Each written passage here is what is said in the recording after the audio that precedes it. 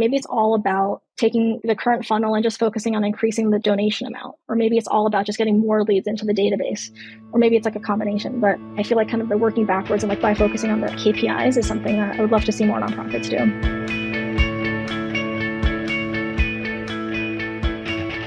Welcome, everyone. I am so excited to be here today with Gauri Manglik. Gauri, welcome to What the Fundraising. Oh, nice to be here.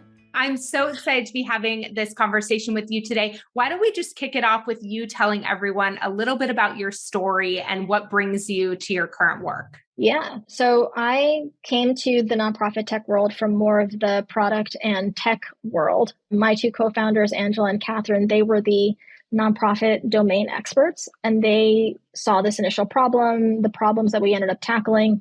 But I had previously worked at Airbnb, and I previously had my own tech startup before that. That was not at all in the nonprofit space, but I got really into building really great, easy to use products in general. And when I saw the landscape of tech products that were out there, especially in the areas in which Angela and Kat were working in the world of grants, I was underwhelmed, and I thought we could definitely do better. And so I come more from that lens. Can we talk a little bit about lack overall of female leadership in the nonprofit tech space in general? But you are some of the only female founders in the tech space in the nonprofit sector as well. What have you noticed in terms of that element of it? Yeah, it's been interesting. I mean, like you said, it's in the nonprofit tech space. It's in the for-profit tech space. I would say it's just in the tech space. I think there's a lot of reasons potentially for it. And I think I see it as an opportunity to hopefully have other people join me and build companies in this space and build companies in tech in general. And most of our company is actually female.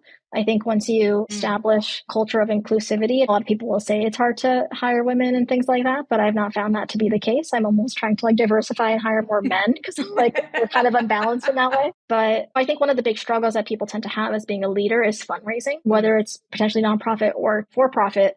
I definitely think that's true. And I opted out of that. I was like, I'm going to build a profitable company that's sustainable.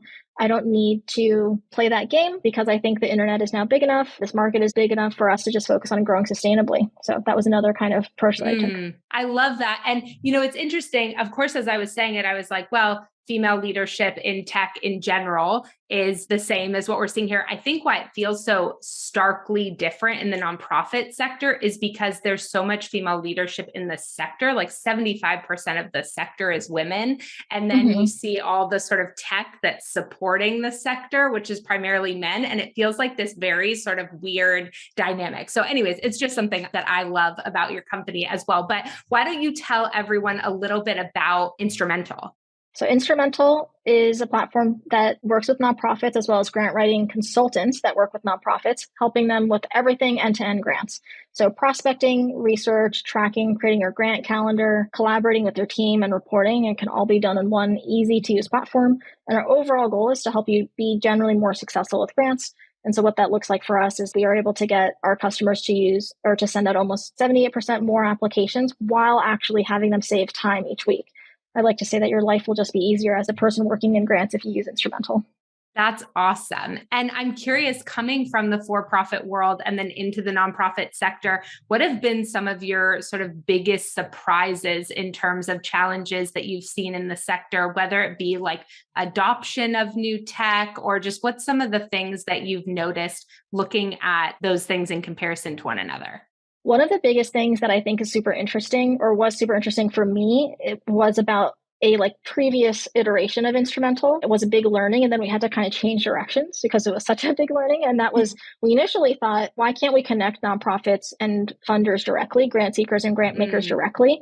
Now it's obvious in retrospect, maybe you're like, oh yeah, that's definitely not going to work as someone in this space. But we were like, why is this happening? This whole grants process is super inefficient. We just connect them on a platform. Nonprofits tell us about your projects, and then funder can actually just go and say, this is who I want to fund. That model has worked in a lot of other spaces. A lot of marketplaces have come out of that. And we were going at this. This was the initial idea that we went through Y Combinator with, which was a startup accelerator. So we even got money for this. Everybody in the for-profit world was like, yeah, that sounds like a great idea. And then we interviewed tons of funders, all different kinds of funders, and they've gone from 0 to 1 a couple of times. And the big part of that is customer validation, making sure that you're working on something that truly is helpful. And I've never had such a a negative reaction from customers when you like pitch them something. Like sometimes they'll just be like, oh yeah, like maybe, and then you take that as a no. But like in this case, we would like pitch this kind of marketplace idea to funders, and they were like, nah, you're like really wouldn't use that. And I was like, okay, wow, why is that? What I learned was that this is like a philanthropic environment. Normally when two people are in a marketplace, somebody's making money. In the funder's case, it's what's kind of different in this market is that a funder is giving away money. And so from an accountability perspective and an incentive perspective, there's really not much motivation for them to give money in like a better way or in a more efficient way or more effective way. I'd like to say that probably no one's going to get fired at a funder if they give away their money ineffectively. Like that's just like kind of not a concept because they're giving it out. So I think that those kinds of market dynamics were interesting to learn.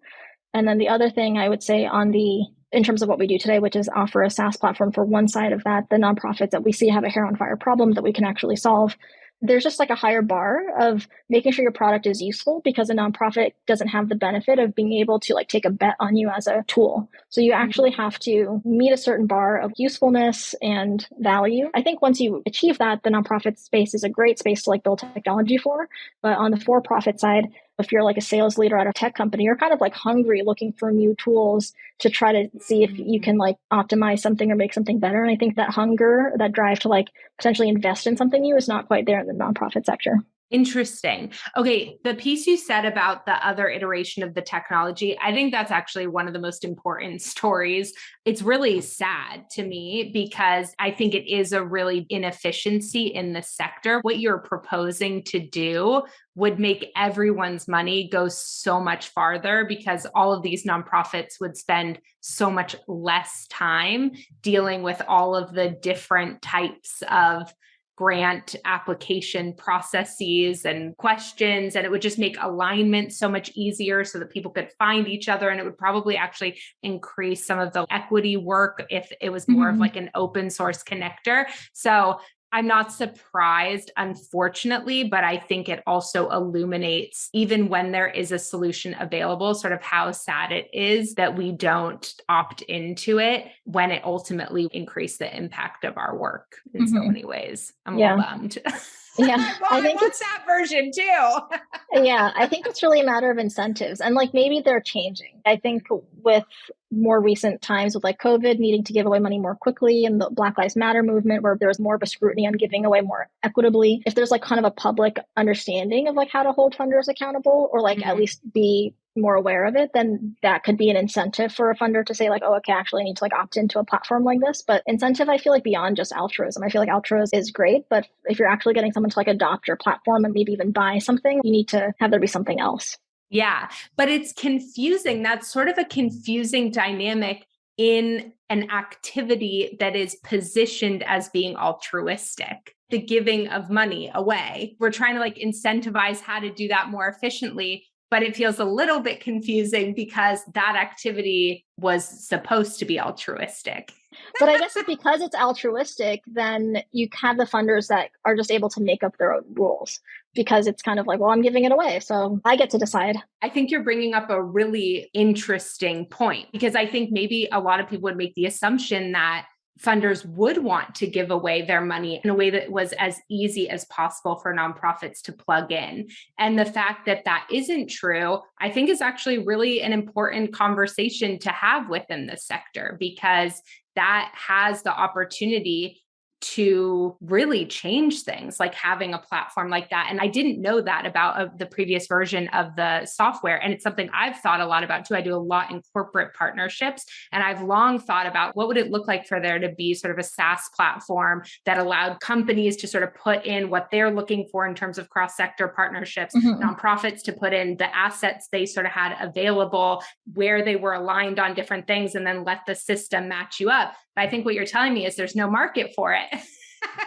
Yeah, or at least there wasn't in the way that we were thinking. This was a while ago. This was like in 2016, so things have changed since then. And it's always on our radar because I feel like that would be such a great value to the space, it's not even like what's the grants process. It's like you just cut it out. Like if you have all the information you need about the nonprofits program and like that can be like kind of publicly updated, maybe you need some more additional pieces of information, but it feels like it could be like way more streamlined than to have Yes. starting from scratch with like every single proposal being like totally new. Yes, it's like a little bit common app-ish and like with a SaaS component to it. I love it. What are some of the things that excite you the most about in terms of the nonprofits that are using Instrumentl? What do you guys consider? I mean, that 78% increase is obviously huge, but what are some of the other wins that get you excited about what you all are doing? I come from like a product background, and the best thing for me is when people are really raving about your product. And what's funny is we're in the B2B space or the nonprofit space, right? And these are tools that you need for work. So like there's kind of like a limit to like how excited you can be about like a tool that you're using for work.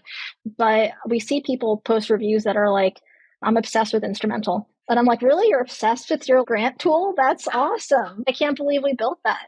There's all of the quantitative stuff that's like really exciting. And we have great like promoter scores where people say they'll refer us. And that's really great. It's the emotiveness when people talk about Instrumentl that is really inspiring to me, where if somebody asks you for a referral for a grant tool, you could say, well, yeah, here are the things that I evaluated and here's the pros and cons of both.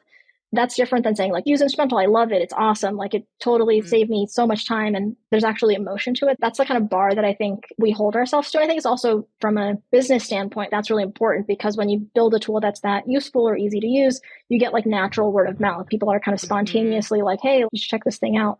We're doing that in the institutional fundraising space. There's still so much for us to build. We're just really scratching the surface. I feel we are kind of really focused on the pre-award world. We want to do more in the post-award world. And then I think beyond grants in general, there's a lot of opportunity and also other customer segments that do grants beyond nonprofits that we don't currently focus on, like government agencies and schools. And so there's a lot of other ways I want to bring our product and kind of customer focus to. I'm curious, and I don't even know the right way to ask this question, but how much time does someone who's like a grant manager who's using Instrumentl, how much are they inside the software? Or what amount of time inside the software tells you like they're really using this to sort of optimize their whole workflow? Ideally, you're using it every day. That's like how we know that we're truly like adding value, especially if you're a dedicated person that's doing grants. Like you're going to be looking at your grant calendar every single day, making updates. Like that's what you're doing day in and day out. And so that's our goal. And we do see people doing that. And those will be obviously the longer term customers that are actually like have integrated into their day to day. Yeah. I'm curious, like now that you're inside this market, inside the nonprofit market, what are some things that you're excited to be seeing in this market as they relate to Instrumentl tech, or just maybe even in a bigger way that you've noticed even over the last 5 years? I remember when we first started and we were looking at the tracking space. So this was 2015, 2016. There were like a couple of players and we were like, it seems like there's not a lot of people using a software tool to like track their grants. And initially we were like, maybe that's not that big of a problem because we just didn't see a lot of technology options and a lot of nonprofits using that. It is a problem and we just hadn't like gotten there yet from a technology offering standpoint in the market. And so now I see people where they come to Instrumentl more and more and their primary need is actually to use technology to stay organized and streamlined. So I think that just speaks to like just like more technology being leveraged to help nonprofits save time. Especially at the beginning of Instrumentl, we would talk to people who would like show me their like physical grant calendar. They'd be like, here's my whiteboard. Here's how I'm keeping track of things like all the time. And that still happens. If you're one person, like maybe that's okay. And like we do see that happening less and less. The other thing that I see in terms of trends that's exciting is I feel like overall there just has continued to be an increase in foundation funding and like overall institutional funding. So it seems like there's a lot of promise here for nonprofits that haven't tried this or interested in doubling down. The opportunity is out there. Even though funders are not necessarily like adopting this magical marketplace that we've built, I do see the conversation starting to move in terms of more of having a more transparent process, in terms of simplified application forms. This idea of like trust-based philanthropy, I think, is definitely way more prevalent than it was even 5 years ago. So that's been a cool change. Yeah, I agree. I double click on all of those things.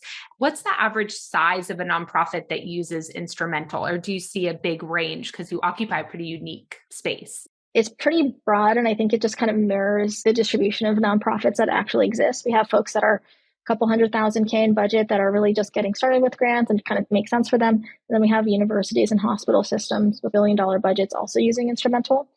We don't work the teeniest of tiniest nonprofits. And if they're regularly applying for grants, we will be happy to help them. But we find that sometimes in the past, when we didn't have that restriction, we'd have people that actually weren't quite ready, grant ready, and they're almost like wasting money on Instrumentl. And we're like, don't even use us right now. There's actually potentially other channels that will help you be more successful. I love that. I really love that. I mean, I think optimizing, making sure that the folks who come in are ready to be using it and at the right phase is really great and a really unique thing to hear in this space. I talk a lot to fundraisers about how not all money is created equal, and you don't want to take even funding that isn't aligned with what you're trying to do or whether your mission or value aligned, because it usually ends up costing you a lot more than just not having taken the money in the first place. And I think you're speaking to some of that same piece, which is just that the alignment and the readiness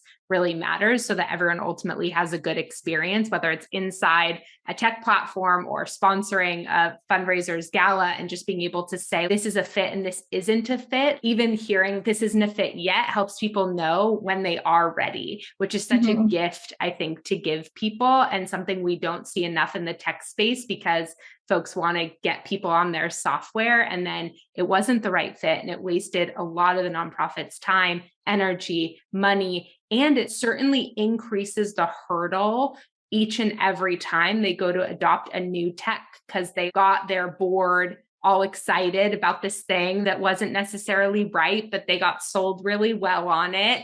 And then it didn't work out. And then it creates a new hurdle for every adoption. So I really appreciate that piece of how you guys frame things up for folks. Yeah, I think it's important for us, and it should be, I think, important for everybody selling anything to anybody, is that the people that use your product or service, they're going to actually see that you meet their desired outcome. And if they're just not going to be able to, no matter how great your technology is, then you're actually not really serving them. Yeah. Do you have any sort of advice for new grant writers or fundraisers in general based on what you see across the landscape? In terms of advice, just broadly with folks that maybe are getting started with grants, is that who I'm talking to? So first, make sure you're grant ready. Obviously get your 501c3 status and all that. That's kind of like a baseline, but you actually want to go a step further into having some sort of way that you can demonstrate some sort of track record of success. The reason is you're not going after individuals, right? You're going after institutions who are giving away larger dollar amounts, which naturally makes them a bit more risk averse.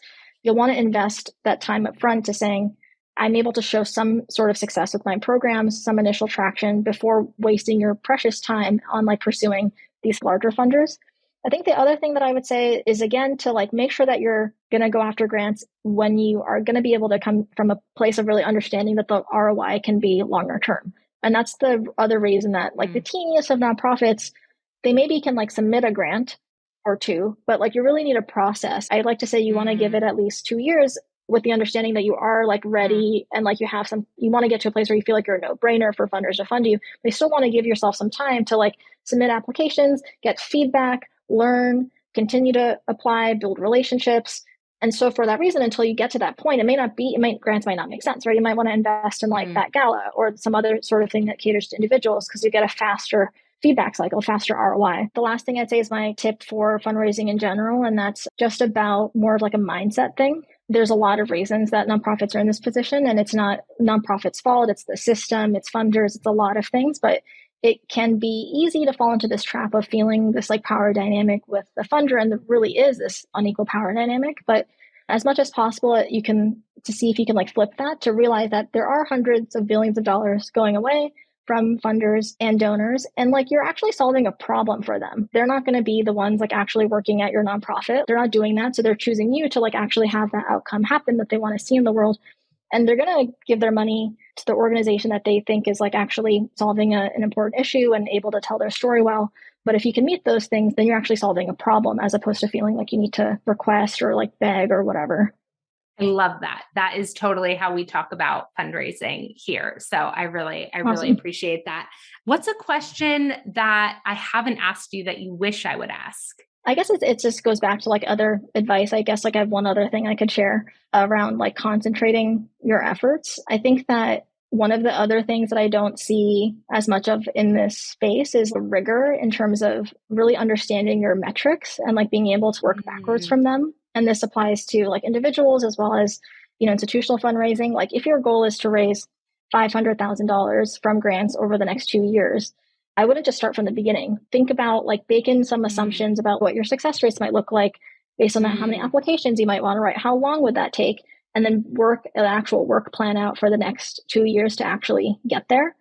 And then I think similarly, if your goal is just to raise more from individuals, what does that actually mean? Can you break that down into like almost like a business formula where it might be like leads in your CRM times outreach times conversion to donate at a very high level. And then if you look at all of those conversion and then maybe multiplied by like the amount that people donate. And if you look at all of that, okay, this is like what actually causes my revenue to grow, like this formula.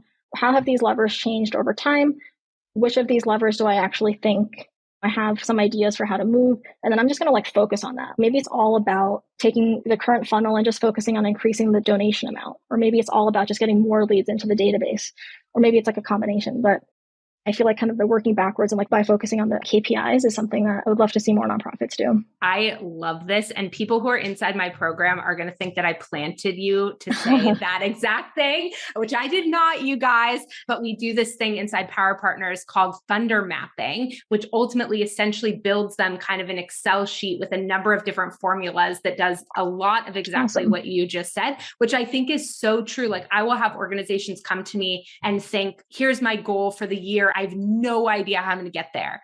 And once they start to fill this out, it's like not that far away. How could you tweak a few of these things to reach that goal? And it's just like, oh, I totally, totally agree. It's a huge missing piece of the puzzle. So tell everyone where they can learn more about Instrumentl, where they should head, what their next step should be if they're interested in finding out more for their organization. Yeah, we have a 14-day free trial. So you can head to our website. It's www.instrumentl.com, spelled instrument and then the letter L.com.